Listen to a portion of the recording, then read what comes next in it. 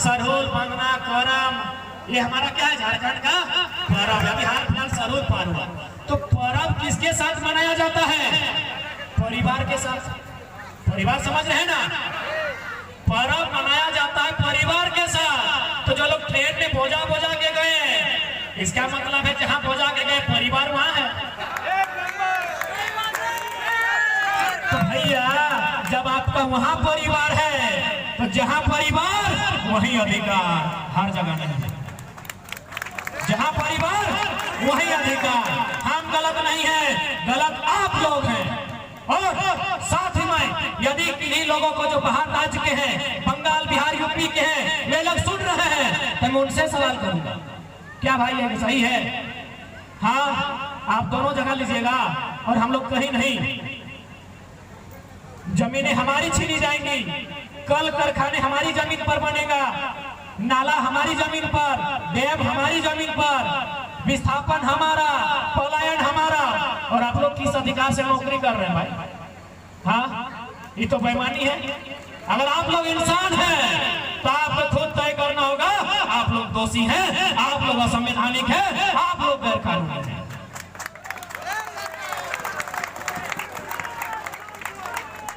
जो लोग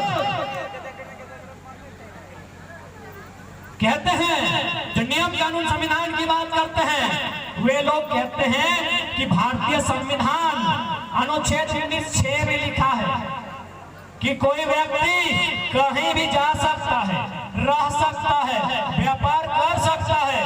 19(6) में लिखा है भारतीय संविधान। तो उन लोगों को कहिएगा कि संविधान आधा पढ़े हैं कि पूरा पढ़े हैं। यदि पूरा पढ़े हैं तो केवल 19 ही नहीं है, उस संविधान में 395 अनुच्छेद है, उसमें 371 ABCDEFGHI है, और 371 ए में कहती है नागालैंड सिर्फ नागाओं का होगा, किसी के बाप का नहीं होगा।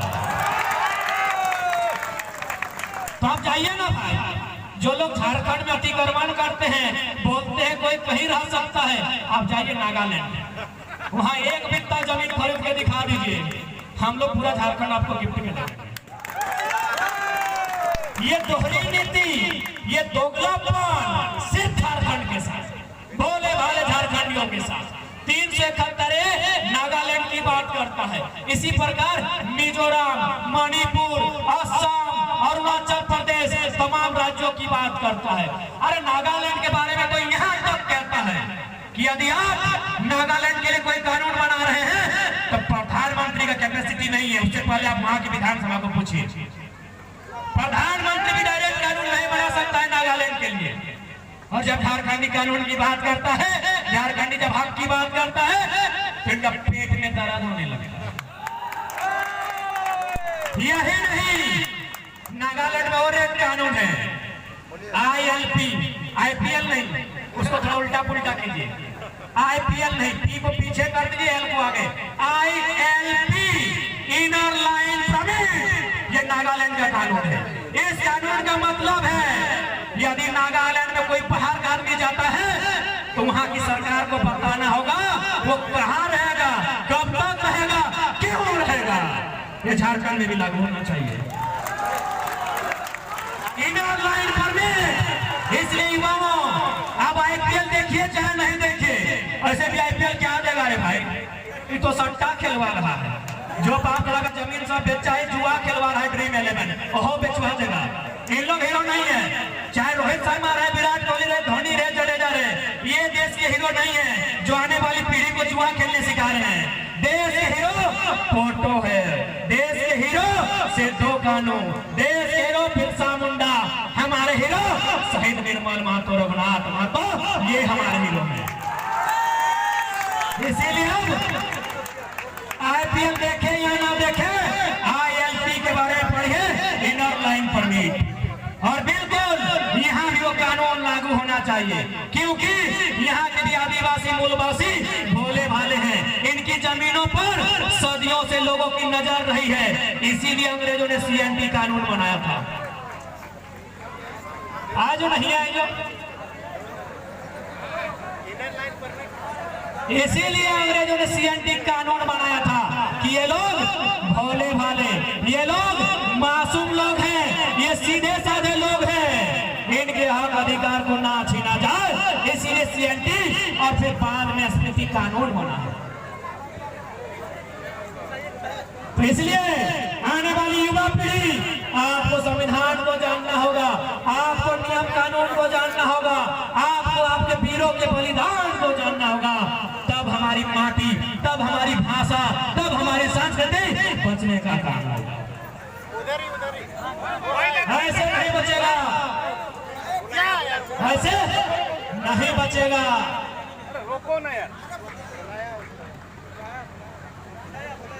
भारतीय संविधान अनुच्छेद 395 है मेरे साथियों।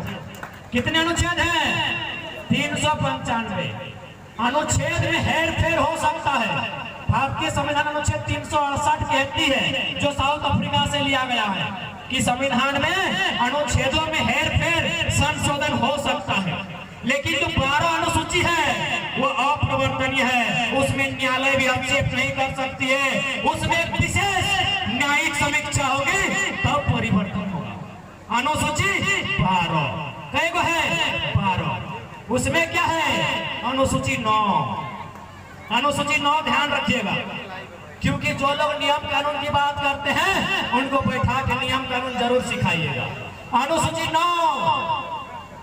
9 में पूरे हिंदुस्तान में सभी राज्यों के लिए जमीन का मामला है, जमीन का कानून है, उसमें 284 को कानून है। अनुसूची 9 में 284 कानून है। महाराष्ट्र के लिए अलग, तेलंगाना के लिए अलग, तमिलनाडु के लिए अलग, सब के लिए, तमाम राज्यों के लिए अलग अलग कानून है। झारखंड के लिए भी है कानून नंबर 209। 209 में 210 में झारखंड के लिए क्या है?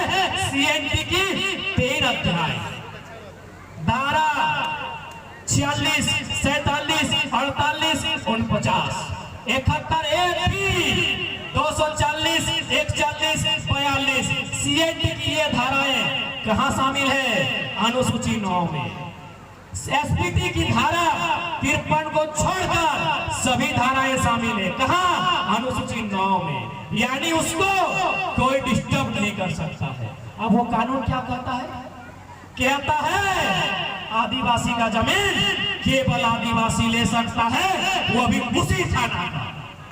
तो ये बताइए, ये बड़का बड़का कंपनी खासकर रांची में आदिवासी का जमीन गैर आदिवासी कैसे लिया? एक कलेक्टर महोदय आप बताइएगा, या मजिस्ट्रेट बताएंगे, या एसडीओ बताएंगे, या ये अंगूठा छात्री बताएंगे? कौन बताएंगे? कौन बताएंगे कि सीएनटी का उल्लंघन किसने किया है? आपने किया है कि भोले भाले झारखंडियों ने किया है?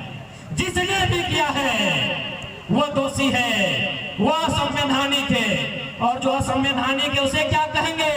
देशद्रोही। तो देशद्रोही वे लोग हैं जिन्होंने गलत तरीके से हमारी जमीनों को छीनने का काम किया है। और एक बात हो सकता है, मेरे तमाम आदिवासी समाज को संदेश देंगे कि हेमंत सोरेन यदि आदिवासी हैं तो ये ना सोचिए कि आदिवासी हितैषी हैं, केवल भावना से खेला जा रहा है। यदि हेमंत दादा आदिवासी हितैषी होते तो दुमका की सीट से अपने भाई बसंत सोरेन को नहीं, किसी गांव के गरीब बुधू सोरेन को चुनाव लड़ाते हैं। और ये आदिवासी समाज को तय करना होगा कि आपके आदर्श हेमंत सोरेन है, या आपके ये मंत्री, सांसद, या जयपाल सिंह मुंडा, या रामदयाल मुंडा।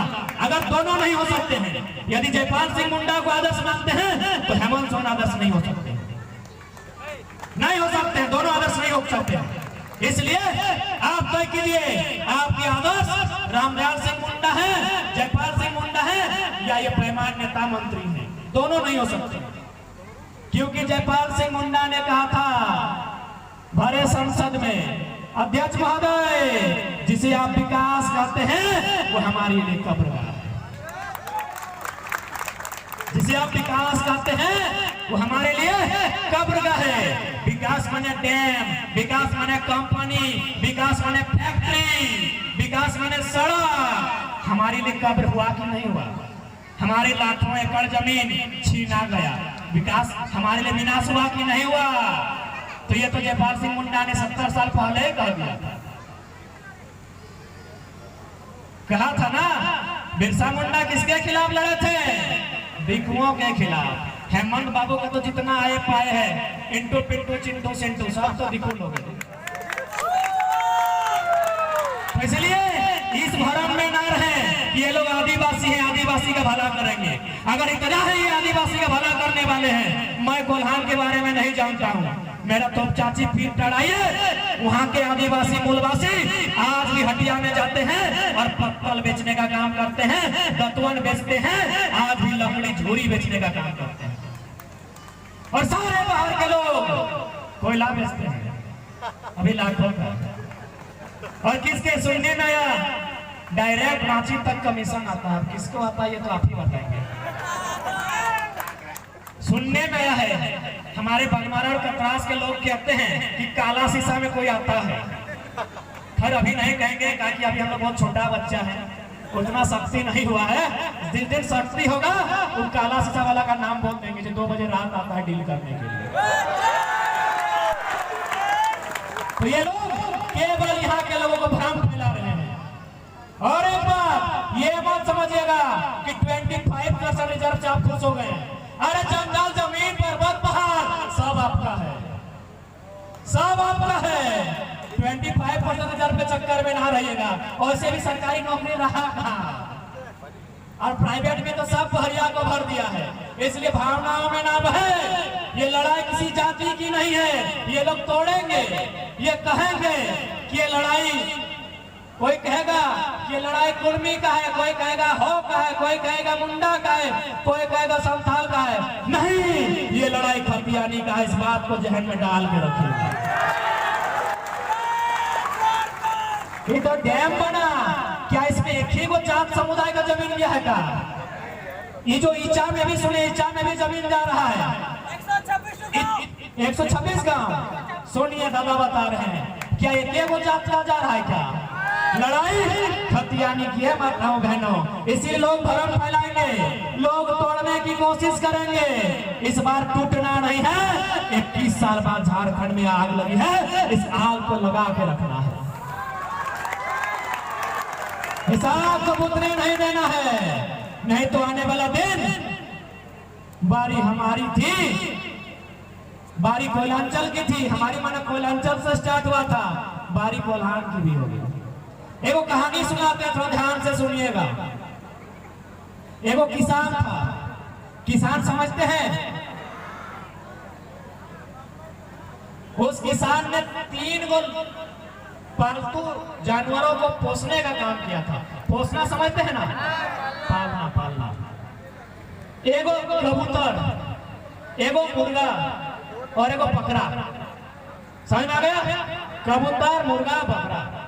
अब एक दिन क्या हुआ, कबूतर के टॉम में, टॉम माने घर, कबूतर के घर में एक सांप घुस आया।